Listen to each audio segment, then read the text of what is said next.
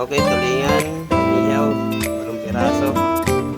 Ihaw natin to. Nakakaumay na yung sinaing na tulingan, na pritong tulingan. May iba naman. Ihaw naman tayo ngayon. Tulingan.